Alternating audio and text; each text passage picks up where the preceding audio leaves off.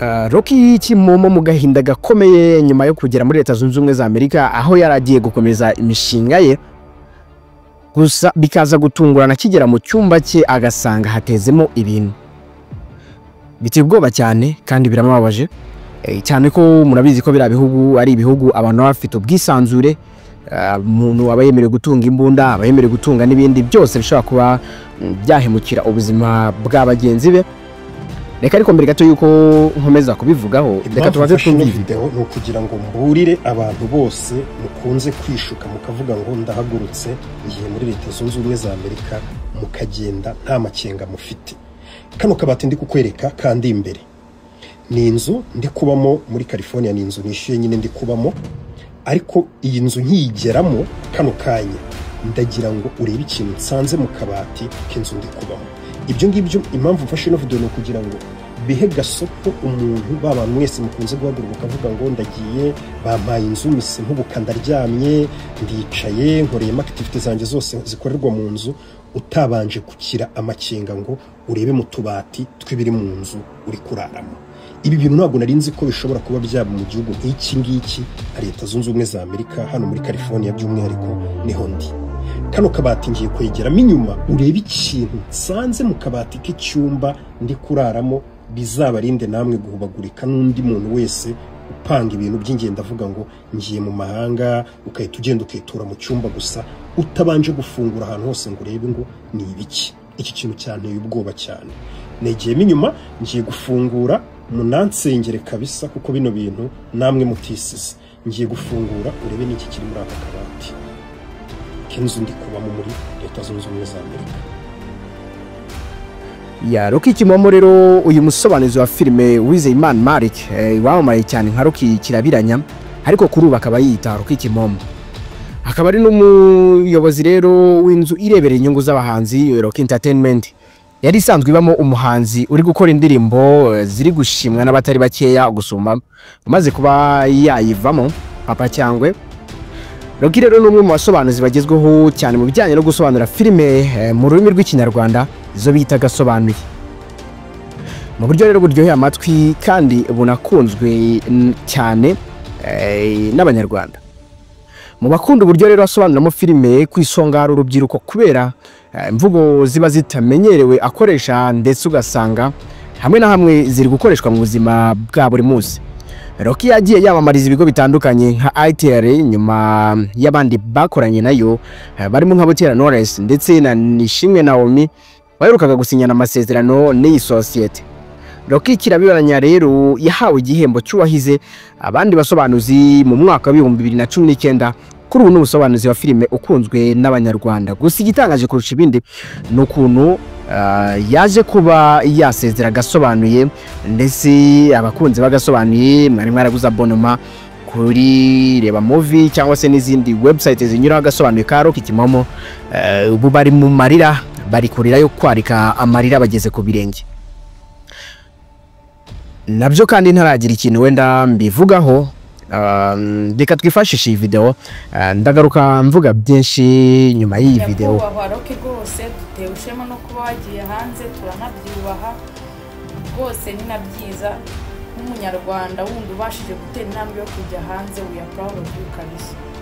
Ariko amafaranga y'icyuzi yacu twakobokeye tukayaguhereza tukayishyuramo agasobanuye kuri website yawe ukwezi kukaba gushize none ugiye udasoje gusobanurira ya filime Beauty in Black.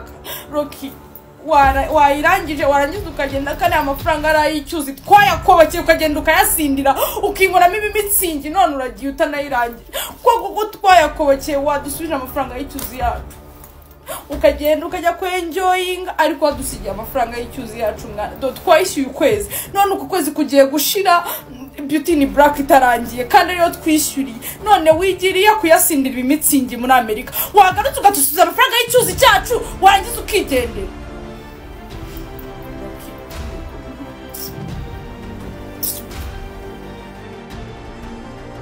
Ngira ngo mwamaze kubyumvira rero uko abakunzi bagasobanuye bari mu bibazo kandi bikomeye aho irunguri bamereye nabi, ariko kandi nanone n'umuyobozi wagasobanuye nawe afite ibibazo bitamworoye habe namba nkuko mwabyiye mu byumvira muri iyi video. Ariko bwira abantu ati nyamuneka mwese mukunda kugenda mukajya muri Leta Zunze Ubumwe za Amerika, ntimwitondere kureba ese ahantu ngiye masanze iki, ese ni ibiki bindi iruhande, ni ibiki bishobora kungira nabi, ese ni gute umutekano wanjye wizewe n'ibindi nk'ibyo kuko igihe utabyitayeho bishobora kuzavamo ikintu gishobora guteza ibibazo n'akangaratete ku buzima bwawe. Rocky nawe kandi yari yagiye mu buryo busa nkaho ari ukugira ngo akomeze ubuzima nyuma yaho YouTube channel ye ndetse yari no muzikomeye cyane hano mu gihugu cy'u Rwanda yaje kuba yafungwa.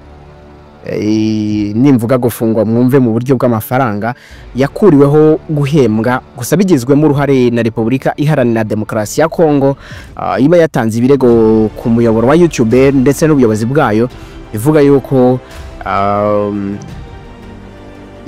umuyoboro runaka wa YouTube ushyigikira ibyaha by'intambara, ishyigikira imitwe y'iterabwoba nka M23 ndetse n'ibindi. Ibyo nibyo rero yaje kuzira, nubwo ari byo n'ubundi byari byaramufashije kuzamuka cyane, ibyo yaje kuzira. Rero mu kugenda mwagiye mubona henshi yageze kuri Hollywood avuga ati ngiye kubazanira filime nshya kandi zimeze neza, agera kuri mwagiye mubona ahantu henshi cyane aho yari yagiye ku mazi kuryoshya n'umuherwe Abdul Hagenimana.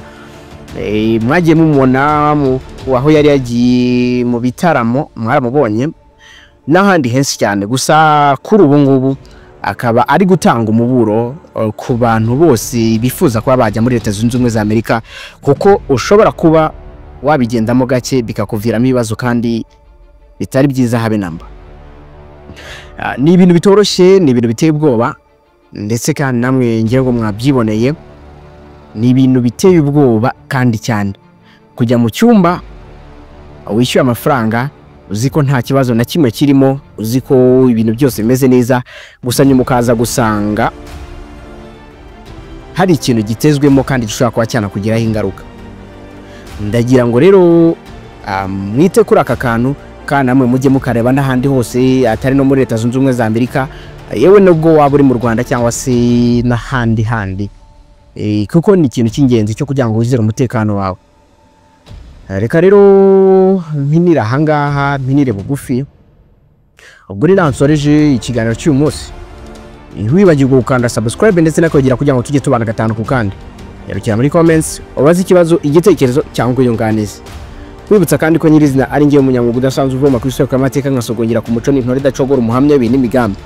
Ndi nyiramatwi yumva byose, ndi nyirinyesha usanga hose, ndi nkubidahusha, ndi ngara zitanyeganyega, ndi umugana w'amagambo, ndi indirimbo y'isoko n'abasonzo, ndi umunyangiso nk'inyange, ndi umunyamutima w'ingabo za Kirima, ndi intore itarambirwa, ndi indangamirwa itarunduka, ndi isoko itagabanuka. Ndavuga nkavuga kuri njye ni Plava, ni Plava TV.